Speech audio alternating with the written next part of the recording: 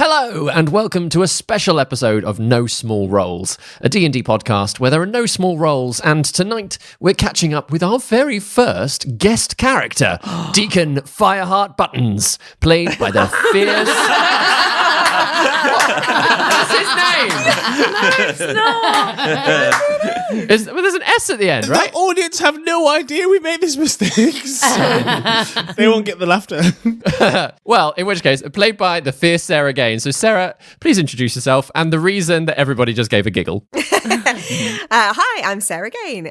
She, her pronouns, and I am playing Deacon Fireheart Buttons, which everybody until today thought was Deacon Fireheart Button, hence the hilarity when David said my name. Apparently, there's been a lot more buttons involved than we Yes. We've been very confused. Yes, I'm a plural. I've got a whole industry under me. Well, welcome back. Yeah, buttons. Yeah, buttons. Yeah. So, yeah, hi, I'm David Knight.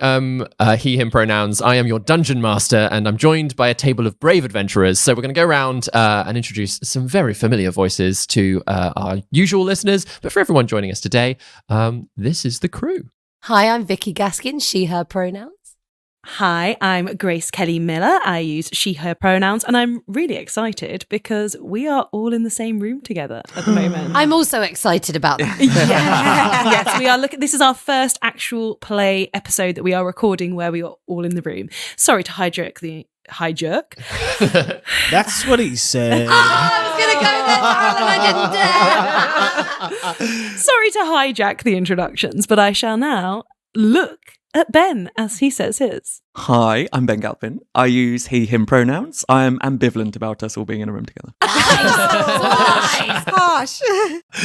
Hi, I'm Dara Bailey. I use he, him pronouns. I am excited and trying to be on my best behaviour. That'll never last. No. Yes, one of the things about us all being in the same room, as it does change how we edit, so you're going to probably get a lot more in the episodes. That's what he said.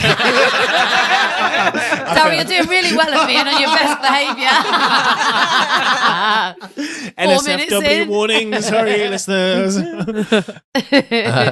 Nice. So, whilst clearly we are in a very jolly mood, I do have to give a content warning for this mini-series that we're doing. Content alert. Content alert.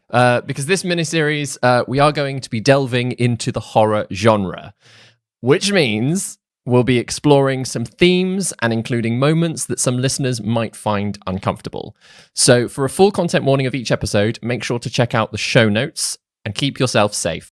As this is an improvised show, whilst there are some planned beats and horror moments, some other unplanned things might happen, so make sure to check out the content warning in the show notes first. Great. The next thing that you'll need to know is that to add to the tension, I've changed the frightened rules. Oh. That was a brilliant reaction.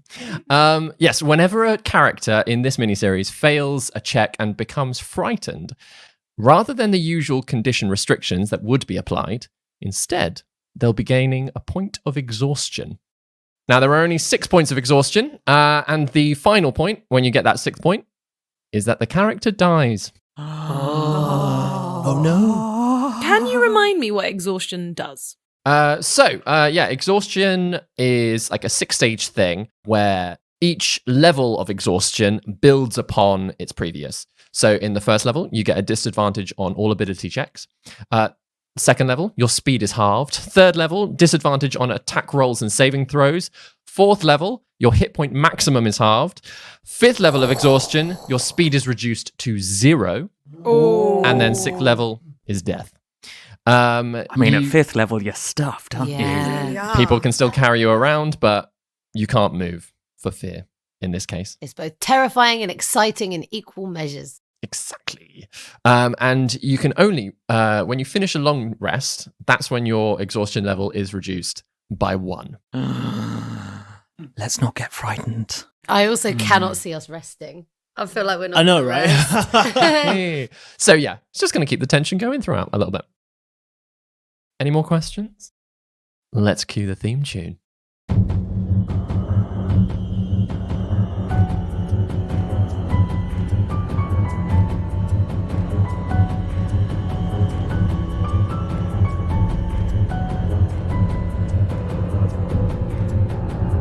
Prepare your party of players and polyhedral dice. Your tragic backstory better be worth the sacrifice. Seize your sheets and D20.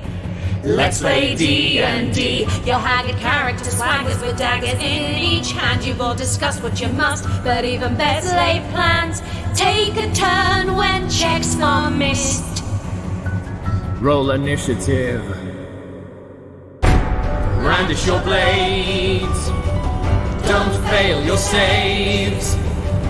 No risk too great, no choice too bold. This is your story. No guts, no glory. Confront your fate with every roll. Every roll.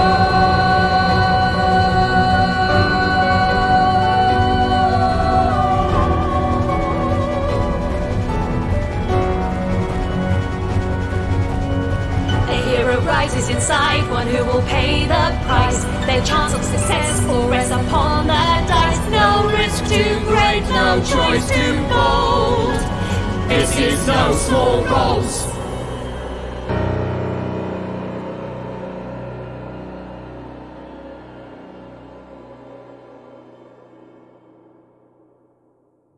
So, a cold wind blows through the valley of Shepherd's Ridge.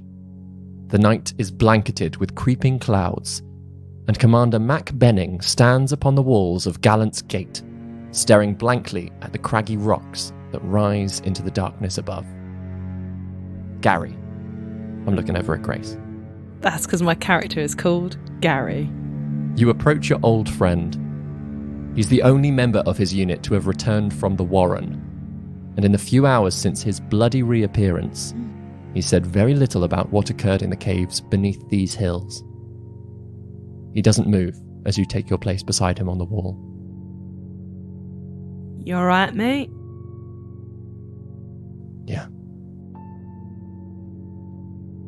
Feeling ready to talk yet, or...? No. Oh, of course not. When you're ready. We won't let anyone through. You know, we'll keep it sealed off. He kind of nods for a moment. I'll take over you. You go get some rest. Turns slowly. The shepherd lives, my friend, and his flock is disturbed. The shepherd? From the legend? There's only one thing we can do. And as commander, I shall lead by example. And he steps off the side of the wall, plummeting headfirst into the ground below. Oh! Mac, no! I forgot his name, what is it? Mac, no! You from McDonald's. Now, when we said horror, definitely meant scary movie. Gary sounds the alarm and runs down to go find his body.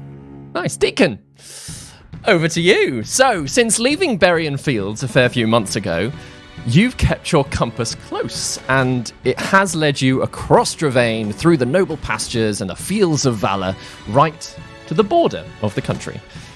How's the journey been? What have you been up to? Been a bit fraught at times, I'm not going to lie. I'm here, I'm doing well. Met some annoying people. Maybe not as helpful as I'd like. But you know, other things have worked out quite well for me. I'm quite proud of how I've done so far, really, given some of the things I've come against. Any changes since we last saw you? Oh yeah, I suppose there would be one or two, I guess. So I'm sure you'll notice I've got a bit of a bald patch here on the side of my head. It's not a style look, I have to say.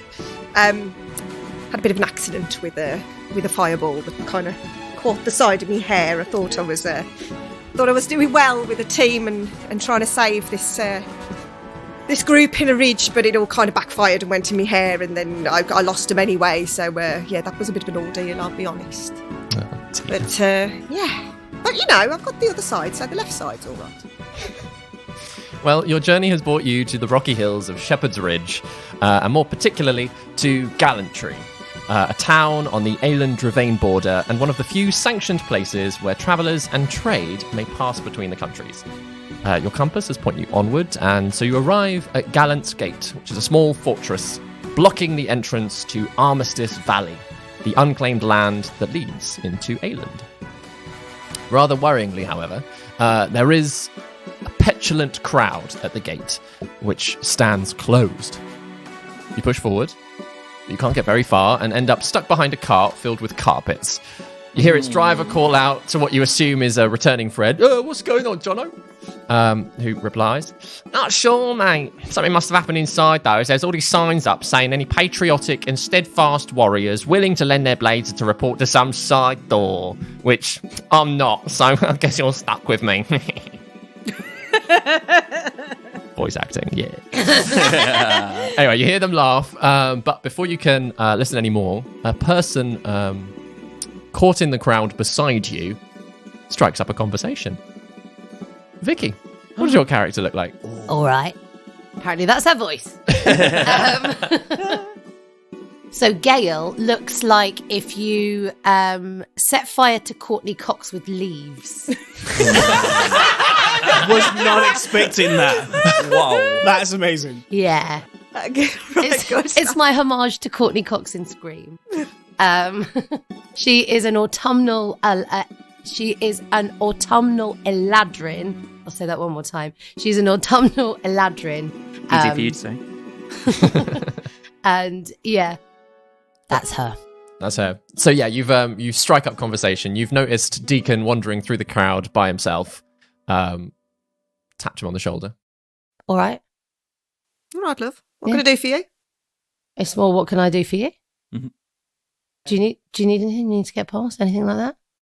Well, I'm aiming to get through this gate, but it looks like it's blocked at the moment. Do you know something about it? I don't know anything about the blockage, but I know I can get you through for the right price. Do you know what? I'm not sure I need to pay to get through at the moment, but you know, if I'm struggling, I might take you up on the offer. But well, what's your business then, friend? I'm in the business of getting people through gates that are shut. I'll tell you what, I'll give you this. And she winks at Deacon and sends a message with ... and says, if you get to that gate and you change your mind, you just give me a text back, yeah? All right. Yeah, Thanks. yeah. Thanks very much. Just out of curiosity, what's in it for you getting me over that gate? It's just my job. I enjoy the thrill. Oh. Yeah. Interesting. I like meeting new people. I like meeting interesting looking people. She looks at the side of Deacon's head and says, you look like someone who's up for an adventure. And I respect the hell out of that. And so I'm up for giving you a good bargain on a little trip through Gatey. Okay. Interesting. Well, I appreciate your offer. I always like a good offer, but I have heard of a potential that I just want to check out first, if that's all right. But I'll keep your Do you want to hear a story? Yeah, why not? Go on, I've got a bit of time to waste. Go for it. Deacon pulls out a biscuit and stuff. Listening. It's called The Legend of the Shepherd. The Legend of the You Shepherd? heard of The Legend of the Shepherd? Something to do with a lot of sheep? There was once a simple shepherd who roamed this ridge, right here, leading their flock from craggy hill to stony rise, not wanting to venture into the marshes below for fear of being caught in the war and the strife that has plagued this land. Now one day, as a storm lashed at the hills, a lone ram fell from the rocks, tumbling out of the shepherd's sight. Its pained bleats echoed through the hills, cutting through the wind and the rain. And sometimes you can hear the bleats coming through the fog on the craggy rocks. The shepherd was caring of their flock and was not one to leave a poor creature to suffer in such a way, and so secured the flock in a pen. The shepherd made their way down to the lone ram, careful not to slide in the mud and fall over to their own demise. The ram was cut and bruised and trapped in a narrow passage, but the shepherd lifted it to safety and hoisted it across their shoulders, climbing upward to return to the pen. He's got some strength. Fair play. Do you want to know what happened when he reached the pen? This is the best bit of the story. Okay, go on then. When he reached the apex of the hill, there was only death. Soldiers from the marshes below had risen and, on finding the flock, had slaughtered all of them. Feasting heartily in the storm, blood dripped from their chins, and the freshly stripped skins of ewes were draped around their shoulders. Now this angered the shepherd. Calling upon dark powers, the shepherd pointed and cursed the soldiers, who one by one began to choke upon the flesh of the flock. They fell to their hands and knees and cried for mercy, but the shepherd gave none. They begged, twisted in their throats, and became the bleating cries of sheep. With a crook in hand, the shepherd led his new flock into the storm and was never seen again. I like that. It's a good story. So wait, they were still human shaped, but they sounded like sheep? They were sheep-shaped and sounded like sheep. He turned them into sheep. Wow. Do you want to hear another story? Yeah, I've got another biscuit. Go on. It'll be 2 silver. You can have a biscuit. That's the best I've got. I'll take a biscuit. There you go. Hands over like an oatmeal type biscuit thing. They're pretty dry, but you know, he's had them in his pack a while. I'll tell you what, I can tell you another story on the way to the gate if you want. No, tell me here. I'm good here. I can sit on these carpets. They're quite comfy. All right, this is a shorter story, don't worry. Okay, go for it. There was once a young girl called Sydney, and she lived in a town where murders were happening. So one night, someone messaged into her head through the messaging spell, "Sydney, do you like scary stories?" And she was quite a fan of scary stories, so she said yes. And then he kept saying it, and he kept saying it. And then slowly, one by one, her friends, they died one by one. One of them stuck her head through a hole. It raised up off of the floor. Another one of her friends had like a glass box drop on his head.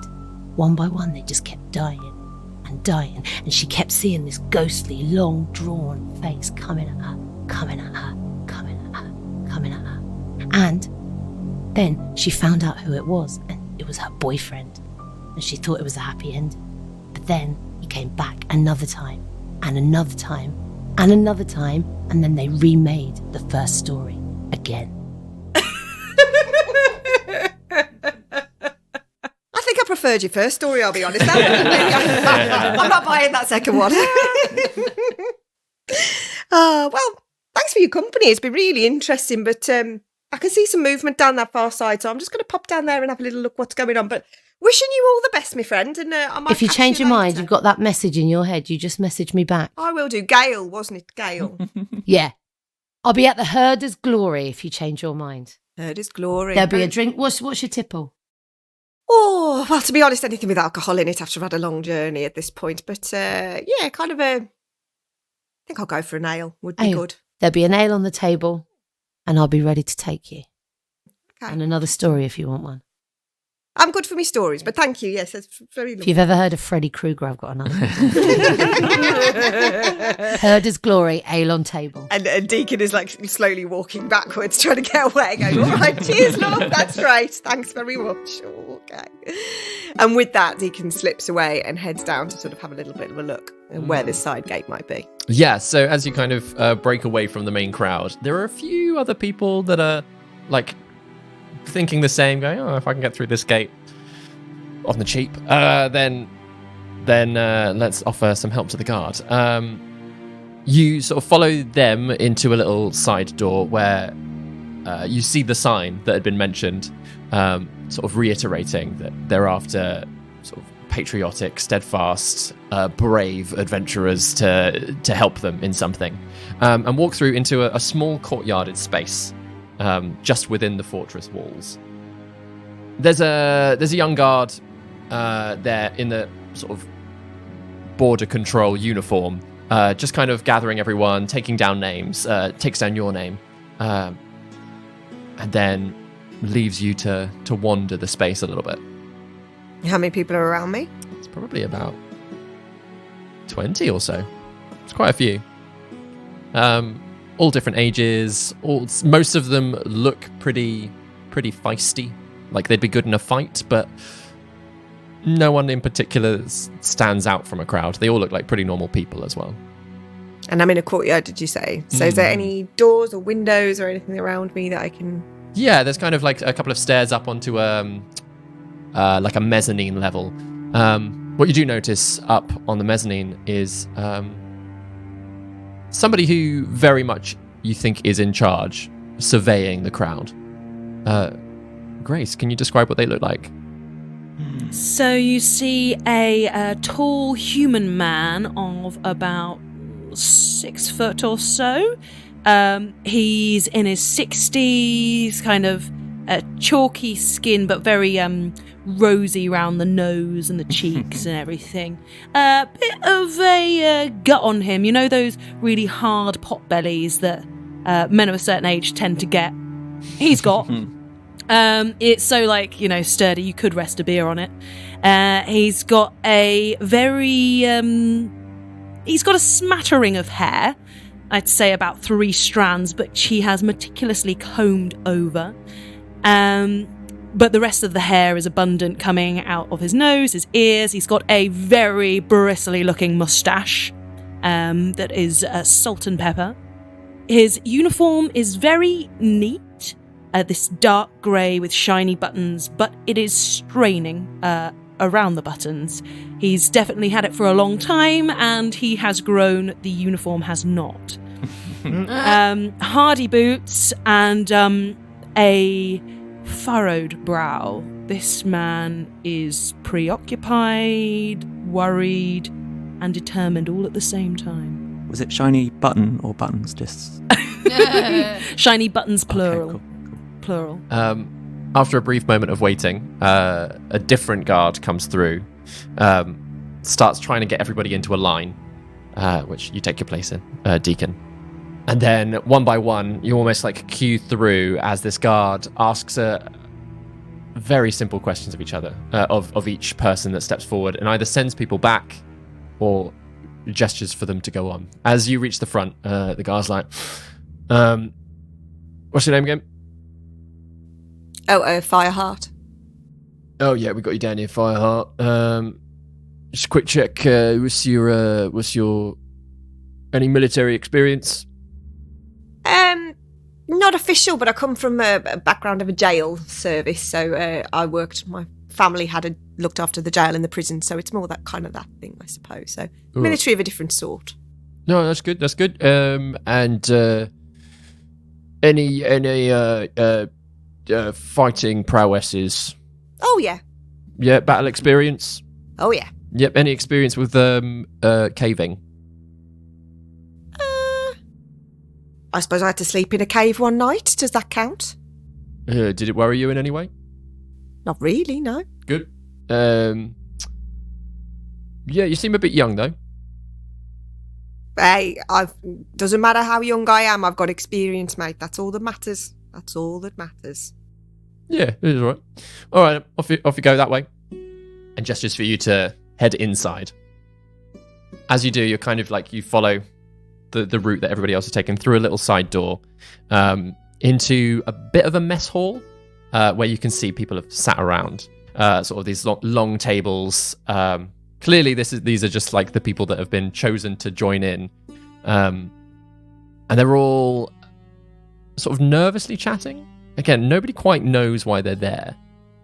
You get the sense pretty easily. But there seem to be a couple of fairly friendly-looking folk, so you kind of sidle down onto a seat next to them. There's sort of a half-orc-looking chap with sort of dark hair, a human man with sort of blonde hair over his face, and a short, sort of quite built, stocky dwarven woman as well. The three of them like pretty strong, pretty battle-worthy. Well, apart from the human man, he's kind of sat there with his lapels, like in a long coat, sort of popped up. And he goes, "Hi, All right, love. what's your name?" Fireheart. "Nice. I think so. I'm Cade." That's Firion. That's Rosie. Cade, Fiddy and Rosie. Yeah. Got it. Lovely. You know what this is about then, do you? I haven't got a clue. No, that's neither. Right. So why did you guys join up? Well, we asked, apparently, getting paid for this. Right. Yeah, that's what I've heard. Plus, if it means getting through this border crossing a little bit easier, we're up for it. Well, yeah. Okay. So you haven't heard any kind of whispers of anything? How much do you know about this town, this crossing? Like, the guards all look a bit on edge. Yeah, that's what we've heard. That's what we've seen. We're heading up north over the other side to get a bit of work. There's a few competitions that way. Competitions? Yeah, What kind of competitions? all sorts. You can win lots on the Ailish side of the border. Got to be like fighting competitions or Some of that, yeah. Right, okay. Yeah. I mean, it sounds lovely, yeah. Great. So, I did hear someone died. Oh, right. Well, that explains why the guards are looking a bit hedgy. Yeah. Yeah, that would. I mean, people die all the time. I don't know why there'd be all this fuss about it. Well, So- I mean, if there are any outside help, then you'd assume that it's something they can't quite handle themselves. What do you think? That just a lot of people have left and gone on holiday, that kind of thing? I mean, probably more the death thing than the. Right, yeah, that makes more sense. Yeah. Yeah. I mean, it might just be holiday period. I don't know, actually. Might this time of year quite well be. Good point.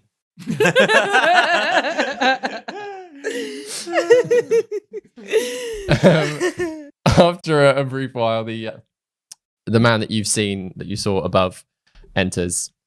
And he enters in with another guard, another sort of soldier-looking type. Sort of the room quiets, and all attention is kind of like turned over to explain what exactly you're all here for. All right, everybody. Thank you very much for signing up to this group. I'm glad to see some very brave people before me. I hope you can forgive me if I'm a little shaken, but I've lost a very dear friend recently, and that is the result of that is what we need to find out, what it is the result of. We need to find something out. There is a mystery. It's the reason why the gate is closed. There has been an incident. My commander, Mac Bennin, Gods be with him, he took an expedition, a small team, down below into the Warren. Now, some of you may be aware that the Warren is used by smugglers. It was our plan to try and put an end to some of this smuggling going on. We were gonna have a bit of a raid. Now, Mackie took 20 men down with him.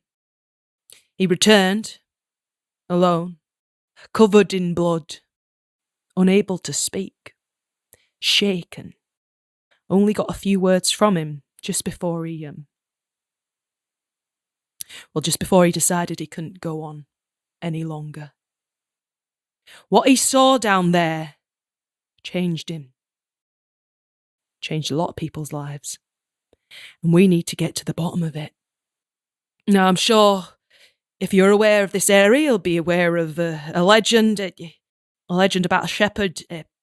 I'm not quite sure if this is really what is going on, but Mac, he alluded to the shepherd being alive. I'm a man of logic. I'm not one to necessarily get drawn in by this, but something ain't right out there. And I need brave people like yourselves to come and get to the bottom of this. And I can't be sending my men down there, not no more. They've got to keep this border safe. But there's money in it for all of you that feel brave enough to come down with me. I will be going down myself, but I need a team. So, If anybody's got any questions, feel free to ask. If you don't want to come down, I understand, but there ain't nothing changing, nothing opening up until we get to the bottom of this. Oh, I should have probably told you all my name. I'm Gary Braithwaite, but if you get to know me, Gary Baldy it is. I'm bald. I'm not ashamed of it. I think he needs a biscuit. There are biscuits available at the back. Some squash and ale for those of you so inclined. Rosie, the dwarven woman sat next to you, Deacon, sticks her hand in the air. It's like, yeah, right. So, there were mention of pay. How much we're getting paid? Well, you will be paid a daily rate, as we have here as guards, and, I suppose it'd be divided up between whoever comes back. A gold a day. Wait a second, hang on. A gold a day divided by potentially 20 people? No, gold each a day. Right, So 20 gold for the day. Sorry. I'm not usually in charge of finances. I can tell. Yeah. There's sort of a mutter amongst the crowd. 3 or 4 people stand up and walk out. I mean... Rosie's hand goes back up. We being fed before we go? Well, as I said, there are some biscuits. Of course, we wouldn't want you to go and face whatever you're about to face on empty stomach. So you will be allowed to access our canteen. There is a nice range of stews and both meaty and non-meaty breads. And if we're lucky, sometimes there is a bit of fruit available. So I get a few more mutters. Another 2 people walk off. The apples, there are sometimes a pair. Of course, like I said, I know this isn't for everyone, but people are dying. And I think this very much could be to do with the Aelish. Now, I said I needed patriotic people amongst you. The Aelish could very well be using these smuggling routes to try and take over Dravain. Now, if you are true patriotic people, you will join me in this fight, in this excursion. 3 more people walk off. 2 gold a person per day. Deacon raises his hand. Yes. You said there was 20 guards that went there in the first place, right? With your commander, sorry. That's correct, yes. Well, what makes you think another group of people is going to do any different to what they did? Well, these were border control guards. Yes, we are well trained, but we don't have some of the more eclectic skills that people who pass through here every day may well have. There's sort of a mutter amongst the crowd. 3 or 4 people stand up and walk out. They do very good portions in the canteen. It was also my birthday last week, so I've got some cake left over if that sweetens the deal. It was my 60th, actually. You can see the sweat pouring down his face, and it really glides down that shiny, shiny head. And he is looking really uncomfortable. He's desperate. You can see he's the bags under his eyes. He is tired. He is sad. He imploringly looks to the guard next to him. And while this is all happening, Deacon is wiggling his way towards the front to get closer to them. And yet the guard next to Mr. Bengalpin, please describe them for us. Next to the struggling captain is an interesting looking person. It's sort of quite feline and cat-like in their appearance, covered in a light layer of cat fur, speckled like a lynx, with protruding dark fur ears, but with quite a luscious sort of mane of hair, swords to the sides, longbow slung carelessly across their back against a sort of dark midnight blue robe. Quite an impressive looking fellow, I reckon. Looks at the captain and goes, Yes, I think what the captain is trying to say, Captain, if I may, is that this is a wonderful opportunity for adventure, discovery, chance to become, well, a hero, a legend of tales, folklore. What an amazing opportunity this could be. Think of what you could tell your grandchildren when you've returned the stories. I think that's what you were trying to say, wasn't it, Captain? Yes, that was exactly what I was trying to say. Thank you very much. Yeah. What's your name? Thorn. Yes, thank you very much, Thorn. Yes, this is one of my corporals. You should all listen to them. Yes. Just think. Wow. and Thorn is gonna flash their their eyes in a kind of sort of impressive way, almost as if a slight sort of gust of wind just sort of flickers through the room in a sort of impressive way with maybe a few leaves, which it literally does as they cast Druidcraft at the same time, for a little bit of effect in the room. So that's enough that just sort of the few people that were on their way out definitely leave, but everybody else kind of stays secure right there. And when I say everyone else, it's really just Deacon, Therian, Cade, and Rosie.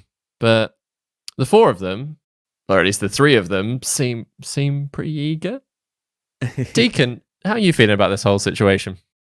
So I have got a few more questions. So this place, you say it was a smuggler's cove that they were planning to clear out, right? Well, yes, there's a intricate amount of tunnels that go through the mountain, from what we've discovered, called the Warren. Now, we've only been recently realising just how many people are getting smuggled due to, reports from the higher-ups. So we realised that we really needed to crack down on this. We dug down into the Warren and we were ready to strike. Now, of course, like I said, I'm worried that this might well be the Ailish having discovered these smugglers' tunnels. Side question, which will relate, I think. When are you planning to reopen the gates to get through so people can start passing through again? Well, once we've got to the bottom of this, once we've found out exactly what's going on, that we will not reopen the gate until we know that it is safe to do so. Do you not think, I mean, I'm just pitching an idea here, but do you not think that's kind of playing into the smuggler's hands? I see where you're coming from there. And I'm just going to put out an idea there, Captain, that perhaps that maybe you're looking in the wrong place. And perhaps actually chatting to the smugglers might help you out. Well, do you know any? As it happens, I did meet someone outside who I reckon might give us a little bit of a way in. And potentially, just thinking ahead, I've been on a few little adventures myself as I've been travelling. Perhaps if you send perhaps a decoy mission in front of us and perhaps we went with the smugglers, you might actually find out what's going on. It's just an idea. Just putting it out there. What do you reckon? I look to my corporal beside me.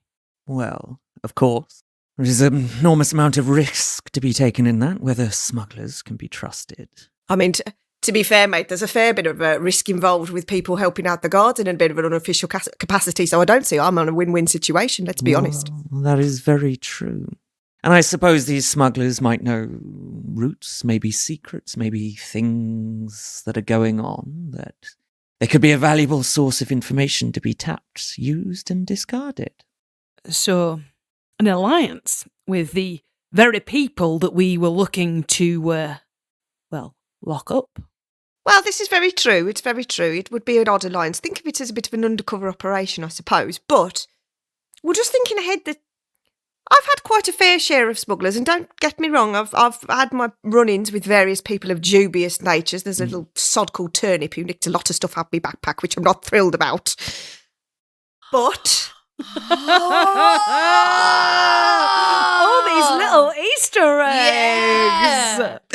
Bloody Russell. But I'm just thinking. Stupid Russell. But I'm just thinking that of all the people I've met on my adventures and of everything that's happened to me so far, I can't think of one band of people that could do what you're describing. So it seems to me that maybe you're barking up the wrong tree. Well, I do like dogs. Don't we all, mate? Don't we all? And at that moment, my little toy poodle it comes bounding in from out the courtyard. One of the other guards is taking it out for a little walk. Oh, there you are, Mopsy. Oh, I missed you. Come here, come here. Do you like dogs? Everybody, if you like dogs. Well, Come here. Oh, Mopsy, did you say? Oh, it's beautiful. What a lovely little dog. Mopsy too. Mopsy too. My ex-wife took the Mopsy one. Oh no! Deacon picks up the dog and gives him, like, stroking his head, and the dog's absolutely loving it. So, anyway, what do you think about this idea of an alliance with the smugglers? Just touting it out there in my... Saying the dog didn't win you over just to come with me anyway, then. No. You see, you put me in a very difficult situation here because I'm meant to be locking these smugglers up and they're not going to want to work with me because... Captain, yes. if I may. You always may. Thank you, Captain. I think with the unfortunate passing of our dear commander, you are now in charge to do as you wish and as you see best. And as our new colleague here has suggested an excellent potential course of action in front of us, it would seem sometimes it's good to go with the flow of seeing what the weave presents in front of us. And perhaps as well, if you get some alliance with the smugglers, you might have one of two options ahead of you, that perhaps that it might calm the smuggling down and that perhaps you'll have a little bit more of a handle on things because you can sort out the issues. Or it might be you have a couple of people that are on your side and naturally lead you to the root of the problem, which means you can pluck it out and you can decide once you know what it is exactly which way to go. Because I can see a gentleman like yourself is very clearly well versed in the guarding situation. You know very well what to do with your town. So I feel that you'd make the best decision when you've got the full understanding of what's happening. Just a thought. Well, I'm not really usually the go with the flow sort of person, but I'm not far off retirement and... this would be last hurrah. Think of that. Oh, you go out in a blaze of glory. Imagine that. Well, quite. Flora always said I should go after adventure a little bit more and maybe making some alliances that aren't just sticking to the rules all the time. Maybe that is the way to find out what's going on here and avenge my commander. What's your name, lad? Fireheart. Well, that's me. That's me warrior name anyway. Yeah, Deacon to me friends. Fireheart it is. And what about the rest of you three? What do you think of this plan? Well, says Cade. I've missed Cade. Same. Yeah, me too. I want Kate to be here forever. He probably won't be. Enkidu cries somewhere. Enkidu cries. So here's what I think. If we're going to go be talking to some underhanded types, you don't want to be doing that in your guard uniform. Correct. But we could always do a two-strike, pronged approach. This young chap here seems to be up. He seems to have connections. Your guard friend seems to be encouraging. Why not send them? We'll follow you, Captain, and we meet on the inside. All right, that does seem to be a slightly better way of doing it. I don't want to scare off the smugglers. They know who I am.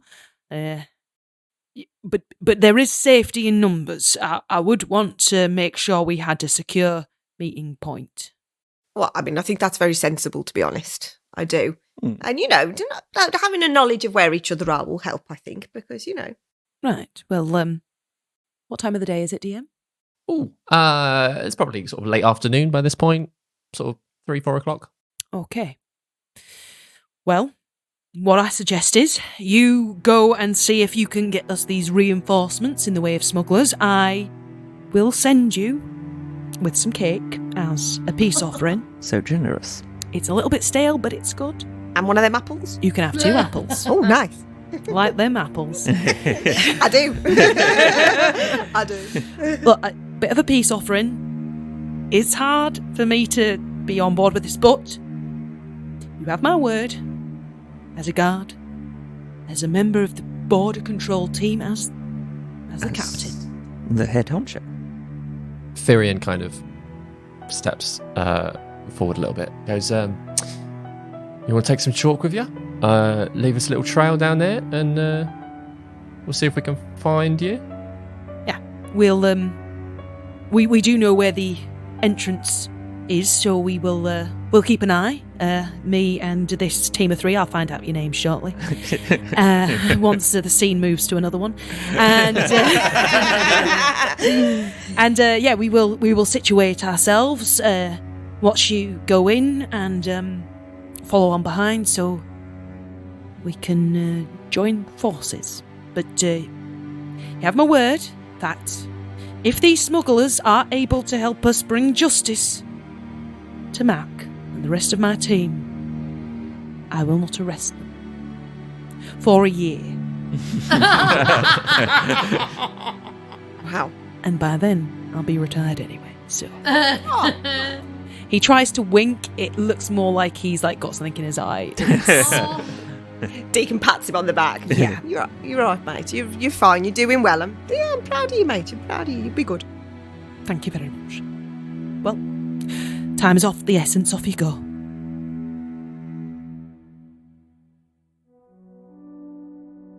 Hello, David here, your devilish DM.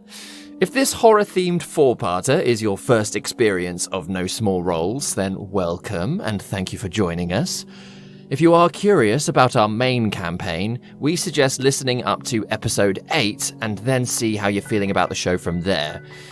There is also a handy recap of episodes 1 to 5 if you want a head start on that.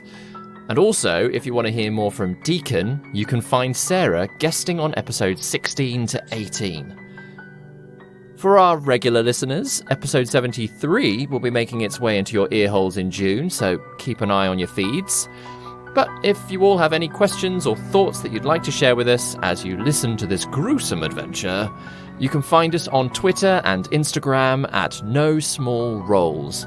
Simply search No Small Roles on Facebook, and our Discord link can be found in the show notes.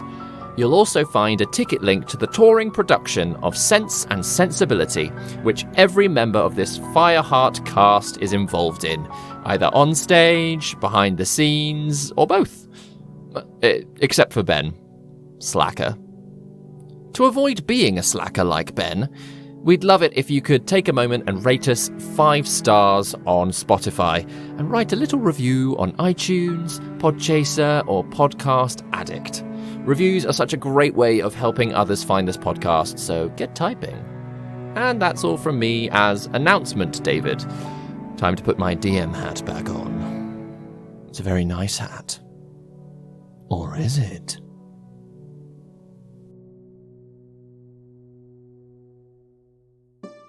Amazing. So, Deacon and Thorn, you both stroll out into the courtyard, through it out, where there is still, even as the afternoon draws on, quite a big crowd. If anything, the crowd's gotten bigger.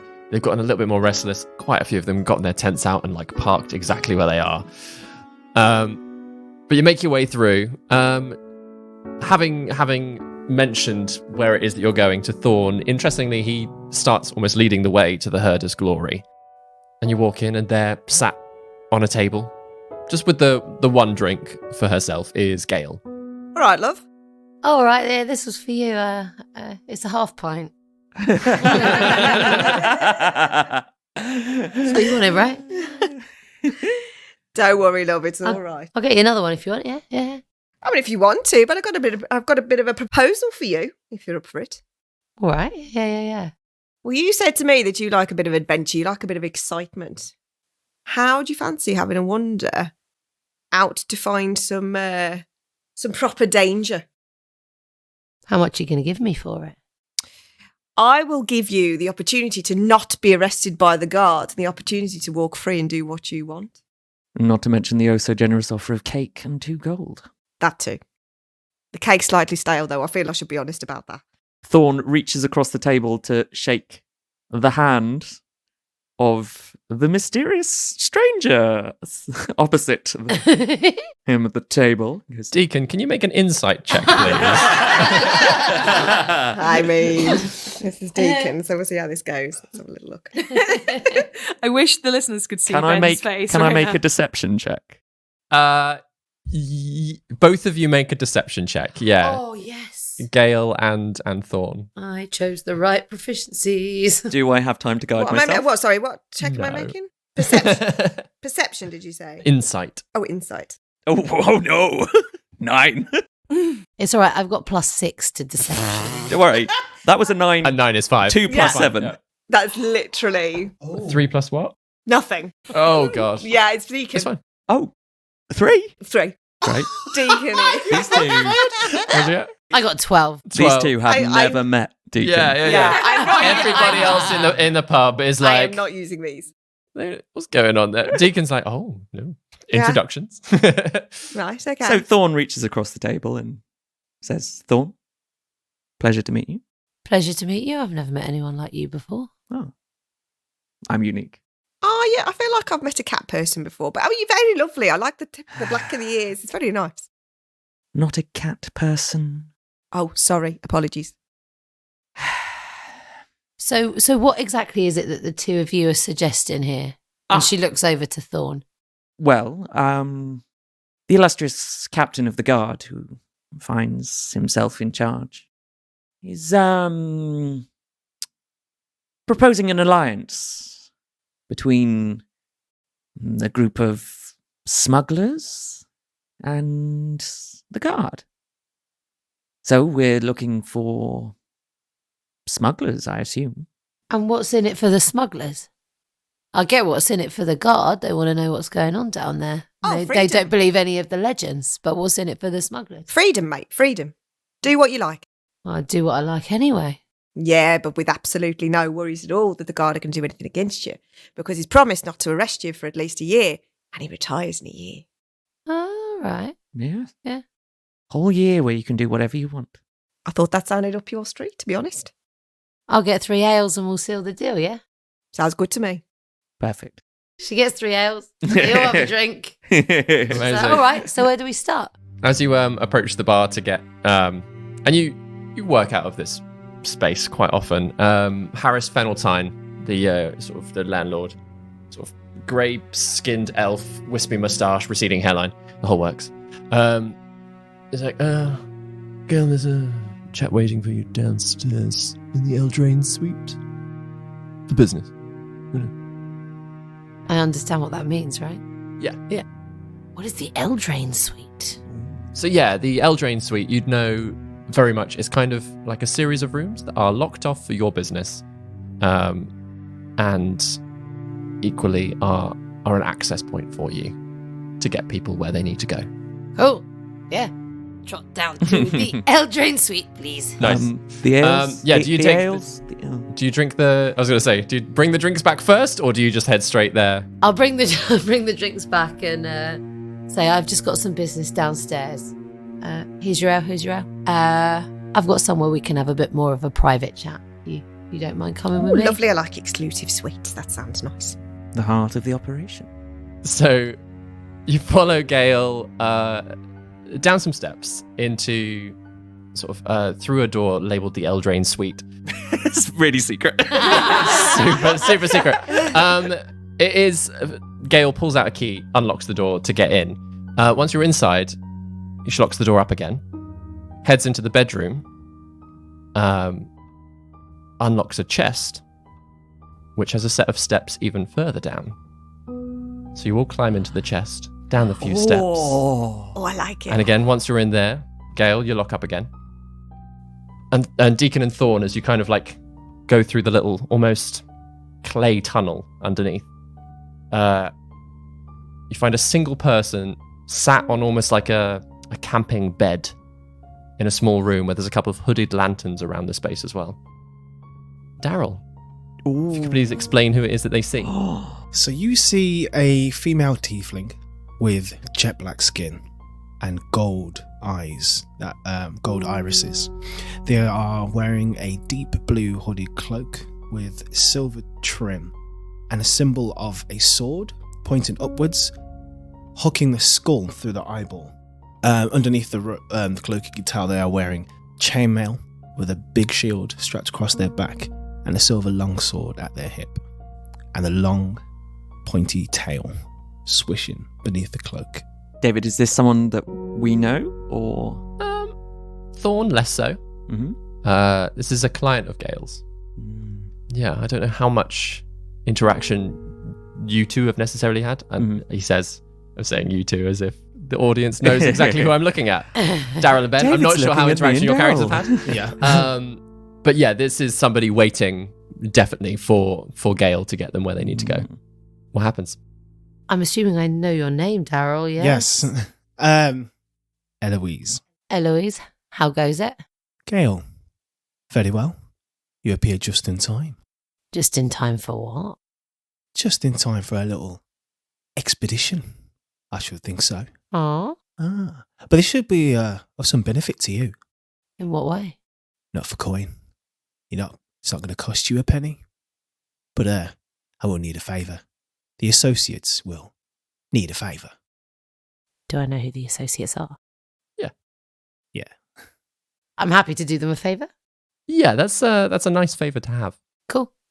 Yeah. Yeah. What's the favour? Well, the favour is this little situation that we've got going on with people unable to cross the border to get into Ireland is disrupting business for the associates.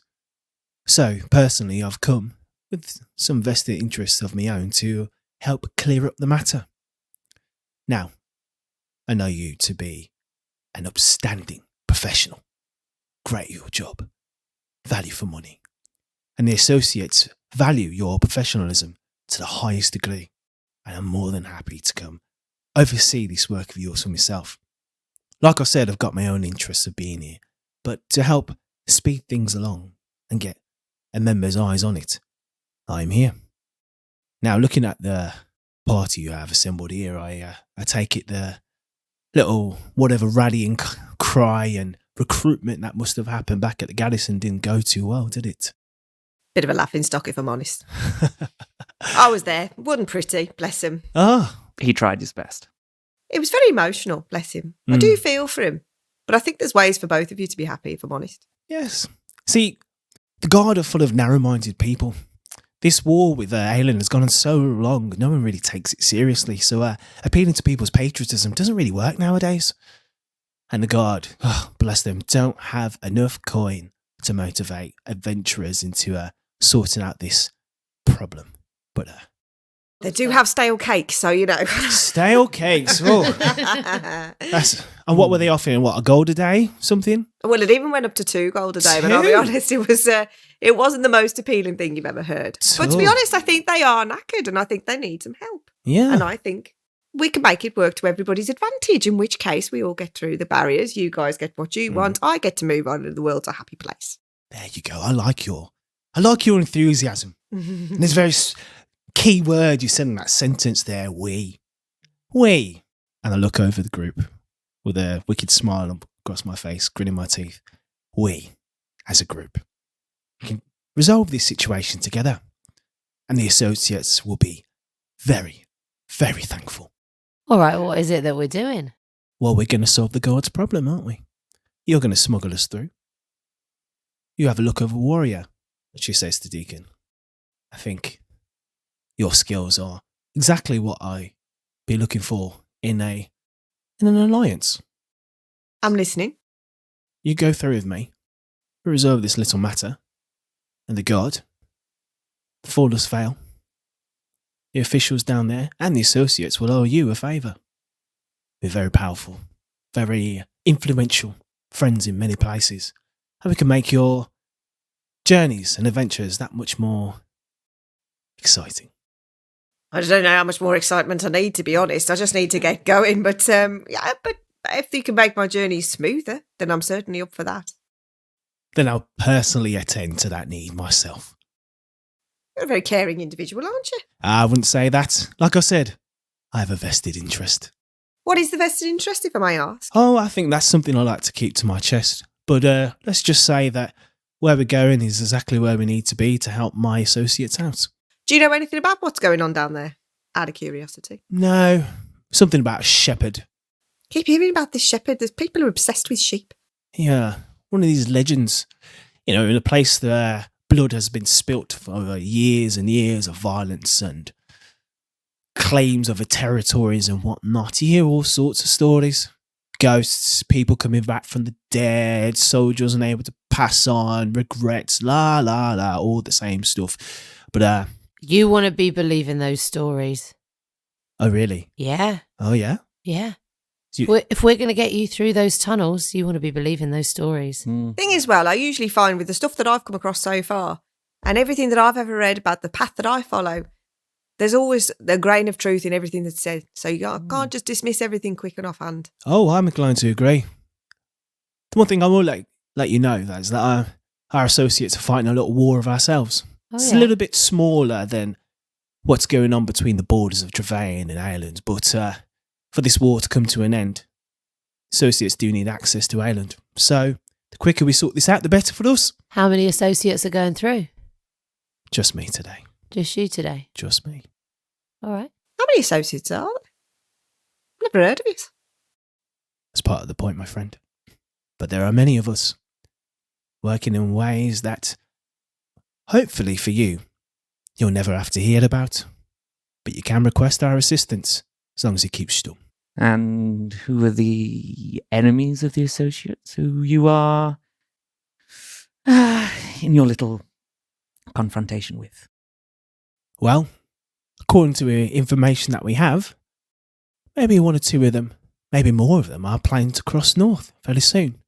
But to stop this bloody conflict from spilling out from the city and into the borders, it's best that I nip this little incident in the bud and stop this conflict from spilling out any further. As long as the associates can pass freely between the borders, we can stop any other carnage from reaching your way. The guards can have a peaceful watch as soon as this incident is resolved. Well, that is, of course, what we look for. David, have I ever heard of the associates? Yes, I would say so.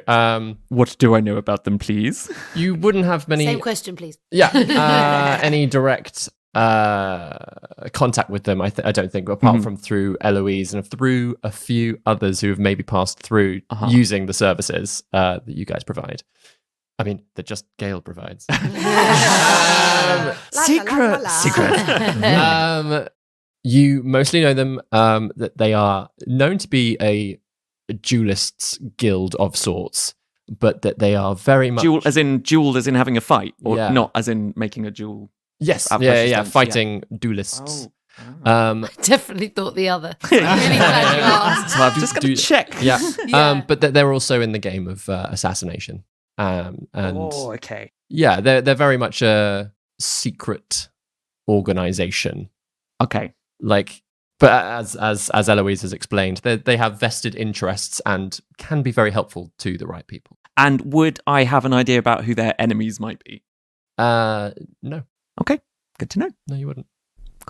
And I'm just double checking. Eloise is someone that Gail works with regularly. Yeah, I would say has passed through before. So I can assume that I just sort of take at face value what she's saying. This is what we normally do. Like, Exactly. we don't ask questions, that kind of thing. Yeah, Eloise is going to give you as much information. You can pry, but there's Yeah. always a point Yeah, that yeah. you just get. Well. Cool. Yeah, I was slightly going to ask if I could insight check Eloise. 'Cause I don't trust her as far as I can throw her right now. And Deacon trusts everyone, so. Dick is like, come on, everyone, let's sort this out together. Yeah. Yeah. Yeah, I was thinking Crazy. same as you. Yeah, But I think if we know her, we know she's shady, but we deal with her, and this is sort of And how it sort works. Sort of yeah. can be trusted up to a point at least. Yeah. Exactly. Yeah. Okay. I'm not Yeah. going to leave my front door keys with her, but No. I think even Deacon can work that out. yeah. Yeah. But if she says she's going to do something, probably largely going to happen. Yeah, better to be on their side than Yeah. it is to not. Yeah. Okay, cool. Thank you. So, when do you need to be across? Well, we need to be across as early as tomorrow. So I'm going to pitch an idea out there, everyone. Have a listen. So we've just come up with an idea that solves the problems with the guards. And I'm thinking if you need to get over to there as quick as you possibly can, you might as well come along with us, because the quicker you get this solved and sorted, the quicker you get over that border.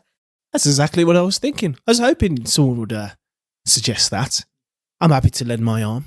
You know how much it's worth. What can you do? Are you a fighter? Are you what ways would you be useful to us in dealing with something unknown? Martial prowess. Of course. Nice. Like Of it. course. Like it. Nice robe, by the way. I appreciate that. Oh, thank you. Nice colour. Thank you. It's a very fetching colour. I'm glad you agree, Thorn. So let me get this straight.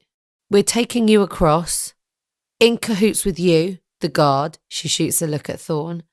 But really, we are just smuggling you. Yes. Well, I think maybe in my presence we should use a different term.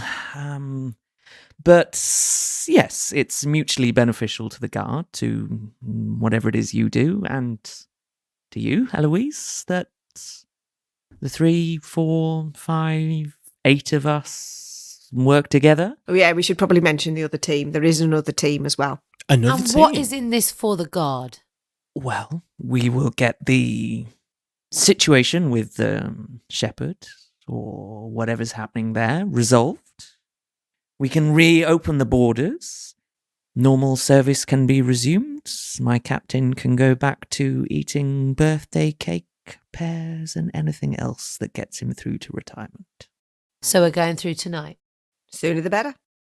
Seems time is of the essence for everyone involved. It is indeed. Quicker we do it, quicker those borders open, quicker everyone gets on with their lives. Aye. Absolutely. Great stuff. Would anyone like some stale birthday cake? I actually am quite partial to a bit of stale cake, yeah. Yeah, I'll good. take Here some. you go, love. I hate to say it, but it is actually quite good cake. So are you leaving right this very second, or are you going to sit and eat cake first? Like 2 minutes to stuff a slice of cake in your face. Come on. I mean, if we are going now, we're going to need to get some stock. Some stock? Yeah, we're going to need to get a few rabbits. Rabbits. Yeah. Okay. What do we Yeah. need rabbits for? But you just can't go down to the Warren without the rabbits, obviously. I mean, sure. Eloise burst out into laughter. Ah. Eloise, it is this kind of attitude that is going to get you killed. You need to listen and you need to take a rabbit. Ah.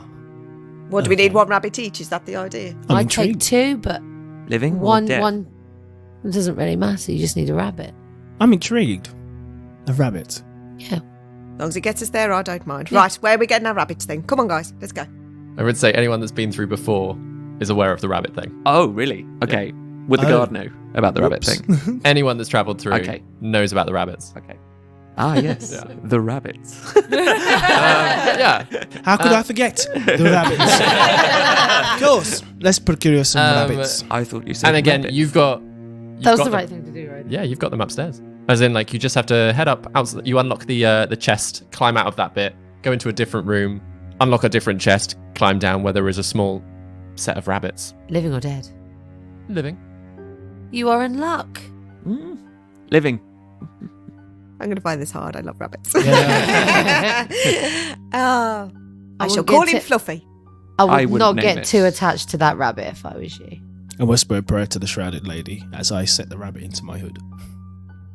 Gale very swiftly and like she's done it plenty of times before, sort of does whatever, like sort of kills the rabbit in the most sort of merciful way and just sort of slings it into her belt.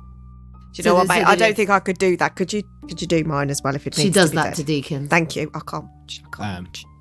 Eloise is still taking time stroking the rabbit, whispering the prayer to the shrouded lady, and like just whispers to it, and then passes it to Gale. She takes it, yeah. Thorn has dispatched his rabbit. Having gathered rabbits, you exit that little space, go back down to where Eloise had been waiting for you, and Gale removes some bricks from one of the walls, passes a hood and lantern to each of you. Then you reach through the sort of little hole that you made and unlock an entire door from the inside that opens into further tunnels, steps downwards into darkness. Just before we go down the steps, do we want to... This is Ben asking a question. Do we want to have alerted the bar to the fact that there's going to be a guard and 3 guard recruits coming through? Probably a good idea. Yeah. So before we descend, I think Thorn will go over to... Have you explained this plan to us? I don't think that Gary actually knew about this particular No, I was going to entrance. say, I think Gary's going a different way. That's the way I thought Gary was going to follow us this way. No? No, Gary's going Have I got that Gary, right? Gary has his own entrance. I was going to say, I think Gary's going a different way. Pretend I didn't say any I of think that. Retcon that whole Gary conversation. thought he was going to watch you go in the entrance he has. And I think he will eventually realise you're not going in that entrance, so he'll just go in. Yeah. Okay, cool. Yeah, I was going to the idea get is that we Chalk out came through a and different way chat with the bar staff, do all sorts. Yeah. Retcon. So yeah, you descend further through the warren. Each of you with a hooded lantern in your hand. The oppressive darkness of the tunnel. As soon as you're in and the door is closed behind you, even though you have these lanterns, it doesn't matter where you point them, it never quite fills the space. The air is clammy, and the tunnel before you, as you wander in, slowly narrows, occasionally brushing at your shoulders as you pass. There's a doubt that keeps creeping into all of your minds that there is something in the darkness, and it keeps creeping behind you. It seems to be almost breathing down your necks. Can I cast dancing lights, please? Absolutely. It's going to be a terrible idea, but I feel like we should probably see what's going on. Can anyone do anything about this darkness? Got dark vision. Yeah, I've got dark vision, but that's the best I can do. Yeah. It's not helping. It's just a bit grey. How do the lights manifest in the space? So they just sort of like spring up like 4 like extra like bursts of fire. Like little bonfires in the sky. Amazing. So yeah, they kind of illuminate a lot more of the space around you. Enough that between the 4 of you, you feel safer. That like you can see each other very clearly. It's just every time you sort of glance over your shoulder to look back down the tunnel, it's pitch darkness. It's the grayscale of dark vision. It really is unsettling, especially as this tunnel keeps squeezing in and then opening up again. It's a single route out for quite some time. And you lose track of time as you're winding your way onwards, always with a feeling that you are descending, that you are heading down. And then eventually and abruptly, the tunnel ends, expanding into a little small cavern. There are stalactites dripping down above you, and a small pool is sitting enticingly to your left, a little sort of bubbling pool. As Gale sort of puts a hand up for you all to stop and rest, fill up your water bottles and things, Deacon, just from the corner of your eye, you see a face in the darkness, smiling blankly. Hiya! And that's where we're going to end the episode. Oh my gosh. Deacon has no fear. It's Here's Johnny. Oh, God.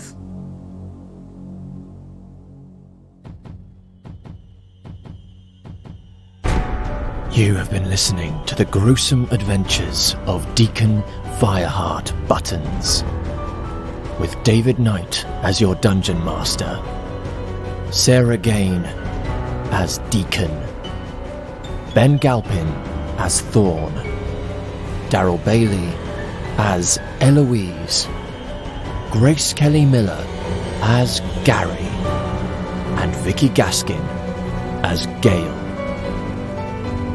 Original music by David Knight. Editing by Pippa Beckford. Please tell your friends, subscribe, and follow us on all the social media. Thank you for listening to No Small Roles. Do you like scary stories?